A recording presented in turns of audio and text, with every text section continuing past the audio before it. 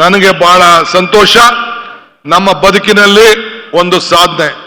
ನಾನು ಆಗಾಗ ಇನ್ನೊಂದು ಮಾತು ಹೇಳ್ತಾ ಇರ್ತೀನಿ, ಮನುಷ್ಯನ ಹುಟ್ಟು ಆಕಸ್ಮಿಕವಾದದ್ದು, ಸಾವು ಅನಿವಾರ್ಯ, ಜನನ ಉಚಿತ, ಮರಣ ಖಚಿತ.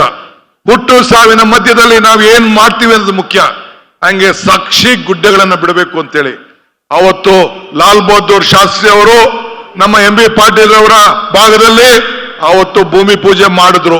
ಅಬ್ದುಲ್ ಕಲಾಂ ರವರು 2006ರಲ್ಲಿ ಉದ್ಘಾಟನೆ ಮಾಡಿದ್ರು. 2014ರಲ್ಲಿ ಇದಕ್ಕೆ ಭೂಮಿ ಪೂಜೆ ಮಾಡಿ ಇವತ್ತು ಈ ನೀರನ್ನ ತೆಗೆದು ನಿಮ್ಗೆ ಪ್ರಾರಂಭ ಮಾಡ್ತಾ ಇದೀವಲ್ಲ, ಇದು ನಮ್ಮ ಬದುಕಿನ ಸಾಕ್ಷಿ ಗುಡ್ಡೆ, ಕಾಂಗ್ರೆಸ್ ಸರ್ಕಾರದ ಸಾಕ್ಷಿ ಗುಡ್ಡೆ. ನನಗೆ ಹೇಳಲಿಕ್ಕೆ ನನಗೆ ಬಹಳ ಸಂತೋಷ ಆಗ್ತದೆ. ಆದ್ರಿಂದ ಇನ್ನು ಅನೇಕ ಕಾರ್ಯಕ್ರಮಗಳು, ರೈತರ ಸಮಸ್ಯೆ ಇರ್ಬೋದು, ಫಾರೆಸ್ಟ್ ಇಲಾಖೆ ಸಮಸ್ಯೆ ಇರ್ಬೋದು, ಕಾಂಟ್ರಾಕ್ಟರ್ ಸಮಸ್ಯೆ ಇರ್ಬೋದು, ಅಧಿಕಾರಿಗಳ ಸಮಸ್ಯೆ ಇರ್ಬೋದು, ಇವೆಲ್ಲ ಕೂಡ ನಾವು ಬಗೆಹರಿಸಿ ಈ ನೀರನ್ನ ಮೇಲೆ ಎತ್ತಿ ನಮ್ಮ ಕುಡಿಯೋ ನೀರಿಗೆ ಇವತ್ತು 25 ರೂಪಾಯಿ ಒಂದು ಬಾಟಲ್ ನೀರು ಅಂತ ಪರಿಸ್ಥಿತಿ ಇವತ್ತು ಇದೆ. ಈ ಉತ್ತಮವಾದಂತಹ ನೀರಿಲ್ಲದೆ ನಾವು ಯಾರು ಬದುಕಕ್ಕಾಗ್ತಿರ್ಲಿಲ್ಲ. ವೀಲಪ್ಪ ಮೊಯ್ಲಿಯವರು, ನಮ್ಮ ಮುನಿಯಪ್ಪನವ್ರು ಹೇಳ್ತಾ ಇದ್ರು, ನಮ್ಮ ಕಡೆ ಎಲ್ಲ ನೀರು ಇದಾಗಿ ಆರೋಗ್ಯಕರವಾಗಿ ಹೆಚ್ಚು ಕಮ್ಮಿ ಆಗ್ತಾ ಇದೆ ನಮ್ಮ ಜನರಿಗೆ. ಇದು 2000 ಅಡಿಯಿಂದ ನೀರು ತೆಗಿಬೇಕು ಅಂತೇಳಿ ಬಹಳ ನರಳಿನಿಂದ ಅವರು ನೋವನ್ನ ವ್ಯಕ್ತಪಡಿಸ್ತಾ ಇದ್ರು. ಆದ್ರೆ ಅವರಿಬ್ರು ಕೂಡ ನಾವು ಮಾತಾಡಿಸ್ಬೇಕು ಅಂತಿದ್ದೋ, ಆದ್ರೆ ನೀವೆಲ್ಲ ಹಬ್ಬ ವಾಪಸ್ ಹೋಗ್ಬೇಕು, ಲೇಟ್ ಆಗ್ತದೆ ಅಂತೇಳಿ ನಾನು ಮುಖ್ಯಮಂತ್ರಿಗಳಿಬ್ರು ಮಾತ್ರ ಮಾತಾಡೋದು ಅಂತ ತೀರ್ಮಾನ ಮಾಡಿದ್ದೇವೆ. ಎಲ್ಲರೂ ಕ್ಷಮಿಸಬೇಕು. 23,000 ಕೋಟಿ ರೂಪಾಯಿ ಖರ್ಚಾಗ್ತದೆ. 257 ಕಿಲೋಮೀಟರ್ ಈ ನೀರನ್ನ ಹರಿಸಲಿಕ್ಕೆ ಕಾರ್ಯಕ್ರಮವನ್ನು ರೂಪಿಸಿದ್ದೇವೆ. ಈ ವರ್ಷದಲ್ಲೇ 164 ಕಿಲೋಮೀಟರ್ ನೀರನ್ನ ಪೂರ್ಣಗೊಳಿಸಲಿಕ್ಕೆ ಈ ಡಿಸೆಂಬರ್ ಒಳಗೆ ಈಗಾಗಲೇ ಕಾರ್ಯಕ್ರಮವನ್ನು ರೂಪಿಸಿದ್ದೇವೆ. ಆ ಕೆಲಸವನ್ನು ನಾವು ಮಾಡ್ತೇವೆ. ನಿಮ್ಮ ಸಹಕಾರ ಇರಲಿ, ನಿಮ್ಮ ಆಶೀರ್ವಾದ ಇರಲಿ.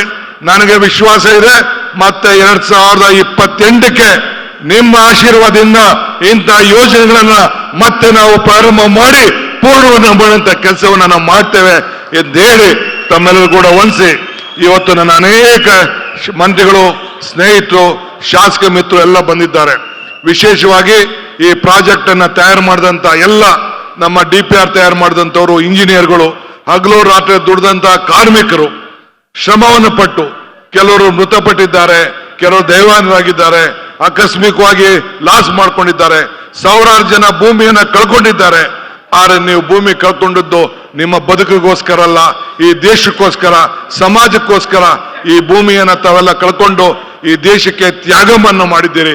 ಭಗವಂತ ನಿಮ್ಗೆ ಇನ್ನ ಹೆಚ್ಚಿಗೆ ಅದರಿಂದ ಉಪಯೋಗ ಪಡುವಂತ ಶಕ್ತಿ ಕೊಡ್ಲಿ ಅಂತೇಳಿ ಆ ಭಗವಂತನಲ್ಲಿ, ಆ ಒಂದು ದುರ್ಗೆಯ ಸ್ವರೂಪಿಯಾದಂತ ಈ ದೇವಿ ಗಂಗಾದೇವಿಯಲ್ಲಿ, ದುರ್ಗಾದೇವಿಯಲ್ಲಿ, ಇವತ್ತು ಗೌರಿ ದೇವಿಯಲ್ಲಿ ಪ್ರಾರ್ಥನೆಯನ್ನು ಮಾಡಿಕೊಂಡು ನಾಳೆ ಗಣೇಶನ ಪೂಜೆ, ಎಲ್ಲ ವಿಘ್ನಗಳನ್ನ ನಿವಾರಣೆ ಮಾಡುವಂತ ಗಣೇಶ ಎಲ್ಲ ಇಂಥ ನಾಳೆ ಬೆಳಗ್ಗೆ ಪೂಜೆಯನ್ನ ಮಾಡುವಂತ ಭಾಗ್ಯ ನಿಮ್ಗೆ ಸಿಕ್ಕಿದೆ.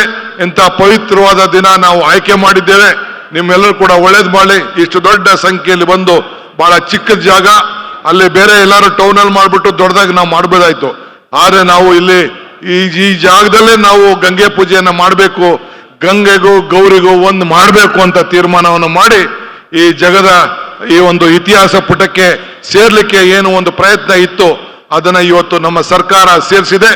ಮತ್ತೊಮ್ಮೆ ಇದಕ್ಕೆ ಸಹಕಾರ ಕೊಟ್ಟಂತ ಎಲ್ಲ ಅಧಿಕಾರಿಗಳಿಗೆ, ಇಂಜಿನಿಯರ್ಗಳಿಗೆ, ರೈತರಿಗೆ, ಮಾಧ್ಯಮ ಸ್ನೇಹಿತರಿಗೆ, ಪ್ರಜಾಪ್ರಭುತ್ವದ ವ್ಯವಸ್ಥೆಯಲ್ಲಿ ಇರುವಂತಹ ಎಲ್ಲ ನನ್ನ ಶಾಸಕ ಮಿತ್ರಗಳಿಗೆ, ಮಂತ್ರಿಗಳಿಗೆ, ಮುಖ್ಯಮಂತ್ರಿಗಳಿಗೆ ವಂದಿಸಿ ನನ್ನ ಮಾತನ್ನು ಮುಗಿಸ್ತೇನೆ. ಜೈ ಹಿಂದ್, ಜೈ ಕರ್ನಾಟಕ.